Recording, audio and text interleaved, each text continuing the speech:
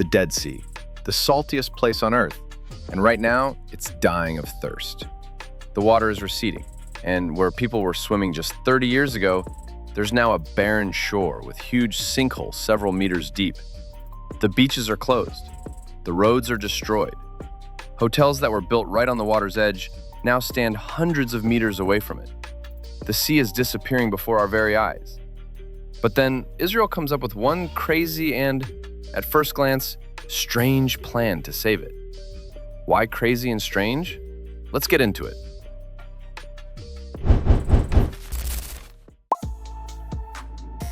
The Dead Sea isn't actually a sea at all. It's a lake, just a very large and very salty one.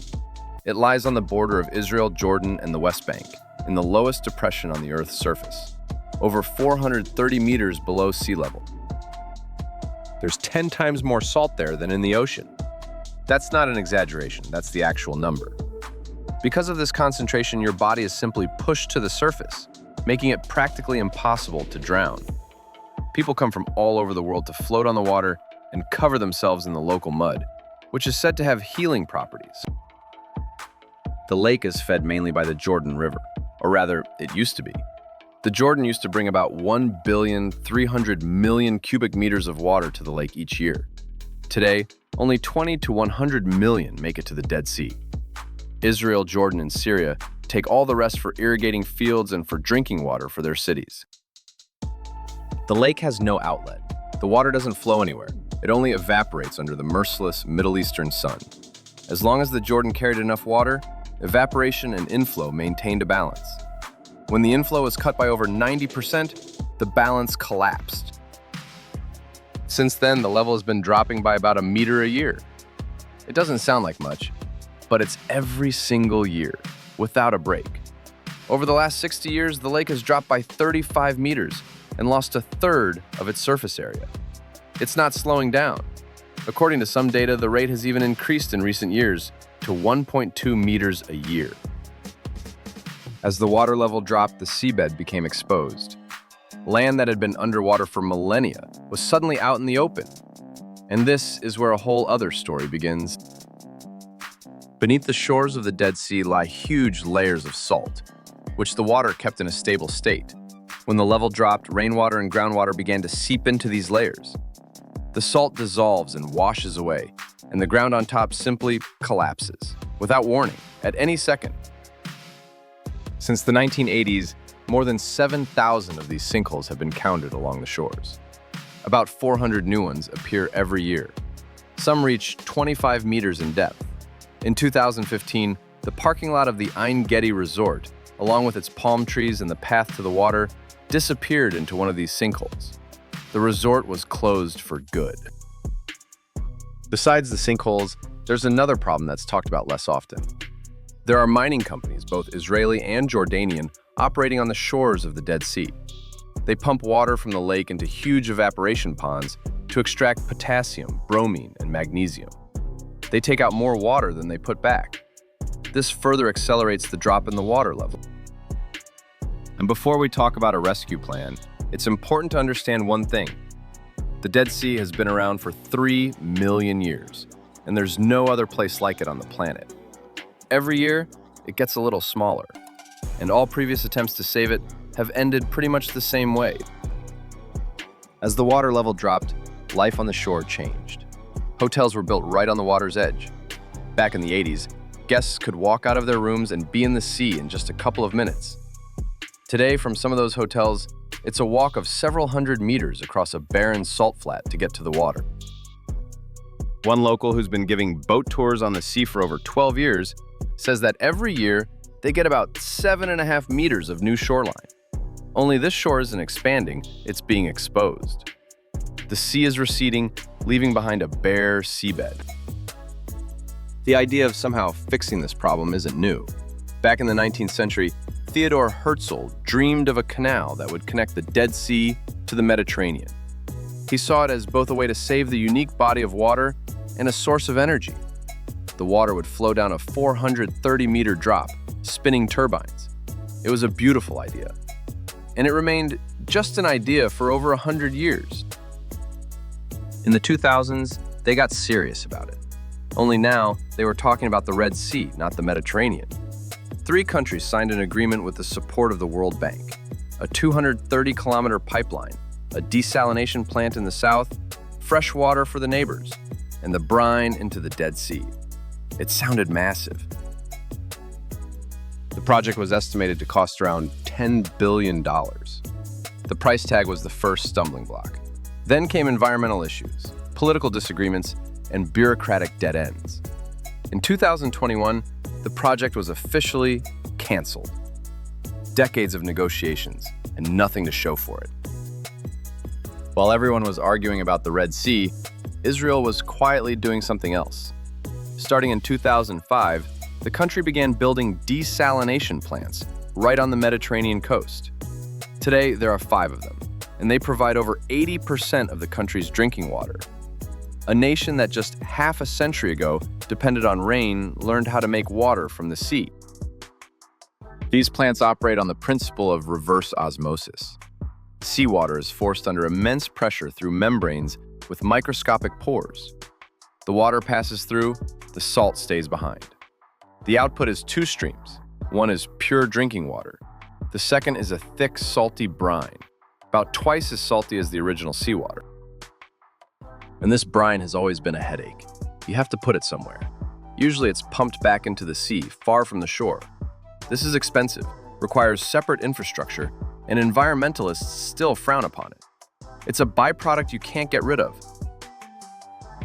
This is precisely the plan the Ministry of Environmental Protection unveiled in May of 2024. The conference was held right on the slopes of the ancient Masada fortress, overlooking the Dead Sea. The specific plan is as follows. A 147-kilometer pipeline is being laid from Haifa Bay in the north of the country. It runs east through the valleys, all the way to the border with Jordan. A large desalination plant is being built there. The plant takes Mediterranean water and separates it into 2 streams. The fresh water goes to Jordan, a country experiencing a severe water crisis. And the brine, a thick and salty byproduct, travels further south through a separate pipe, straight into the Dead Sea. There will be about 400 million cubic meters of this brine per year. The Dead Sea loses about 700 million cubic meters annually due to evaporation. In other words, the new project covers more than half of the annual losses. The level won't start to rise, but the rate of decline will slow down significantly. The difference in elevation between the Mediterranean Sea and the Dead Sea is almost 430 meters. The water flows downhill, and turbines can be placed along this path. They will generate electricity that will partially power the desalination plant itself. The system is partly self-sustaining. Herzl was thinking about this back in the 19th century. The cost of the project is estimated at about $2.5 to $4 billion. For comparison, the shelved Red Sea project would have cost $10 billion, and the pipeline there would have been 80 kilometers longer, and it would have run through foreign territory along a seismically active fault line. Here, the route is shorter, cheaper, and most of it runs through Israeli land. But the most unexpected part of the plan isn't the pipeline or the plant. On the shores of the Dead Sea, mining companies pump water from the lake into huge evaporation ponds to extract potash and bromine. As a result, salt accumulates at the bottom of the ponds. It's scraped up and piled in enormous mountains right on the shore. These mountains just sit there and don't go anywhere. The project's authors propose using the brine to dissolve these salt mountains and send the mixture into the sea. This simultaneously solves the problem of the salt deposits and provides additional water volume for the Dead Sea. And the companies will pay for this work, which makes the whole project a little more profitable. The waste helps save what it was destroying. When I was reading about this, one detail caught my eye. The idea of connecting the Mediterranean Sea to the Dead Sea was first seriously discussed back in the 1850s, almost 170 years ago. Since then, it has been brought up, studied, and shelved countless times. And now, it's back on the table, only this time with concrete numbers and a specific route. Meanwhile, scientists are asking their own questions. The Dead Sea is a very specific chemical solution that has formed over millions of years. The brine from desalinating Mediterranean water has a different composition. No one knows for sure how they will behave together in the long term. There are concerns that gypsum might start to form on the surface, a whitish film that would change the sea's appearance. This is precisely why 400 million cubic meters a year isn't just a calculated figure. It's the maximum that scientists consider chemically safe. Pumping in any more is not an option. And this is where the plan runs into something more complicated than engineering and chemistry. The eastern shore of the Dead Sea is Jordan. Without its consent, no brine is going to flow anywhere. And negotiating with Jordan publicly right now is politically very tricky. At the same time, Jordan doesn't have much of a choice. The country is living off underground water reserves that are not being replenished. A new plan on the border could cover more than a quarter of the entire national demand for water. This isn't charity, it's a deal. And it's a win-win for both sides. They expect to launch the system around 2045. Before that, 10 years for approvals, environmental assessments, and finding funding. And only then comes the construction. At the conference near Masada, someone from the audience said out loud what many were thinking. The Dead Sea doesn't have another 20 years. Each resident of Jordan has about 100 cubic meters of fresh water per year. It's considered a serious crisis for a country when this figure drops below 1,000. Jordan has been living with a number 10 times lower than that mark for a long time now, and the reserves keep dwindling. So for Jordan, this project isn't about the Dead Sea. It's about water in the tap. And that's exactly why the negotiations have a chance that none of the previous plans ever had. Before, saving the sea was a goal in itself. Now it's a side effect of a deal that both countries need for completely practical reasons. In 20 years, Israel built an entire desalination industry from scratch. 5 plants on the coast, pipelines, pumping stations. A country that just half a century ago was praying for rain, today makes water from the sea on an industrial scale. And now, the same technology might solve a problem that couldn't be solved for 170 years. What struck me most about this plan is that every part of it needs the others. The brine that used to be a headache for desalination plants becomes the main tool for saving the sea. The mountains of salt that have been piling up on the shore for years are dissolved by that same brine and returned back to the sea. What was once considered waste becomes part of the solution. All the previous projects solved one problem and created new ones. This one, on paper, looks like a mechanism with almost no spare parts. In short, it's cheaper, and it has a paying client. Jordan gets water. Israel gets a partner and a solution to the sea's problem. The main question now isn't whether the plan works technically. The engineers say it works. The question is whether the politicians will find a way to come to an agreement fast enough. 10 years for approvals is an optimistic scenario for a region where any piece of paper can get stuck for years. During these 20 years, while they're getting approvals and looking for money, the sea will drop by about another 24 meters. Thousands of new sinkholes will appear. More beaches will close. The shoreline will recede even further. All of this will be happening in real time. If the project launches on schedule, it won't bring the sea back to what it was in the 1960s. Too much has been lost. But it can save what's left.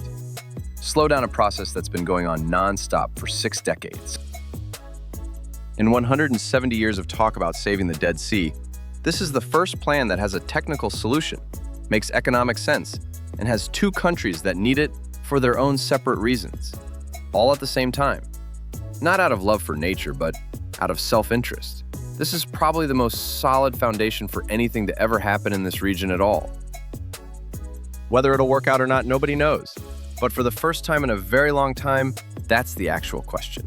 Not whether it's possible in principle, but whether they'll make it in time.